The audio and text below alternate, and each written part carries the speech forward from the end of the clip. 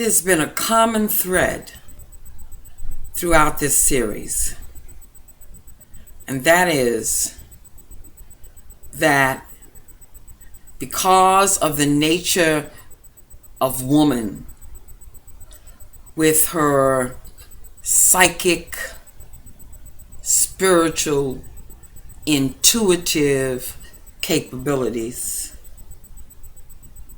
there's been an attraction from the spirit realm, from actually the days of Eve.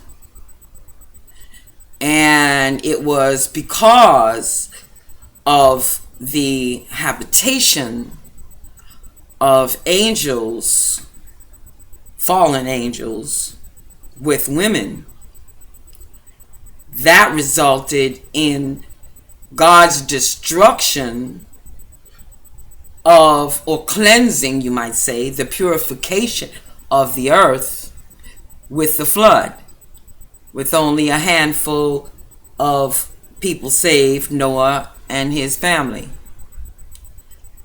You know, Jesus said that the last days would be like the days of Noah.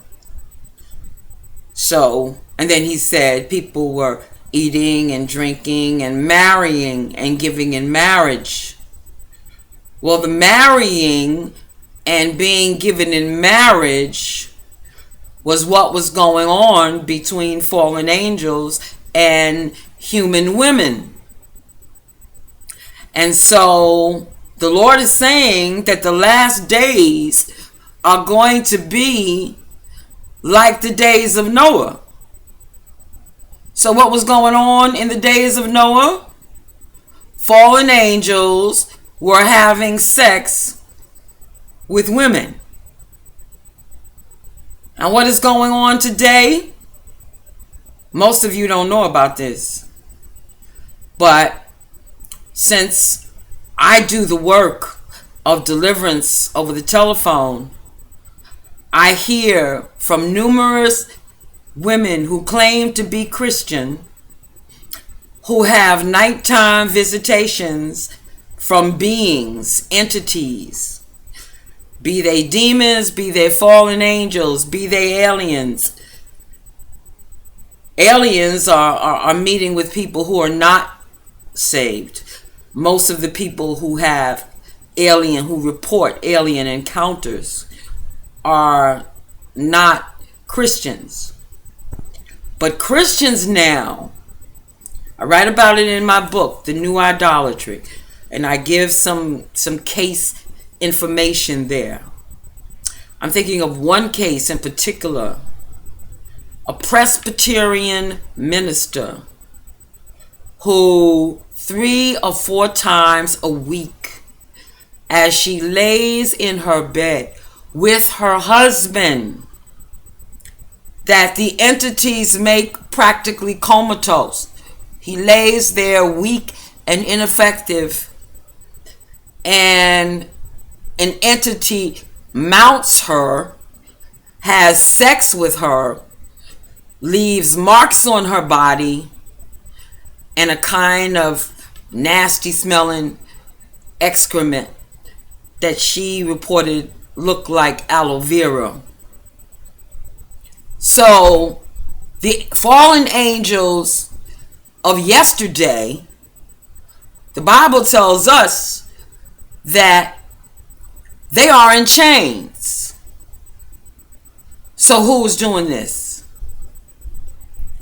Well, the book of Enoch tells us that those beings who are in chains also have the ability, while they are locked up, to astral project themselves. So what we have now could be those very same jailed fallen angels that are meeting up with Christian women in their bedrooms. Or this could be those who have now come up from the pit as Revelation said that there would be beings in end times that would come up from the pit. So we are living in the days of Noah, and Paul didn't know what to do about this other than say, well, just don't be so attractive, cover yourself, cover your head. Wasn't talking about some little doily on the head. Was talking about complete cover, like what the Indians wear, the Muslims wear, the nuns, Catholic nuns, covered. That does not stop these beings. Because if you read some of the accounts and reports from Catholic nuns, many of them have had these same visitations from these beings who have had sex with them. So the enemy has been using women in more ways than one.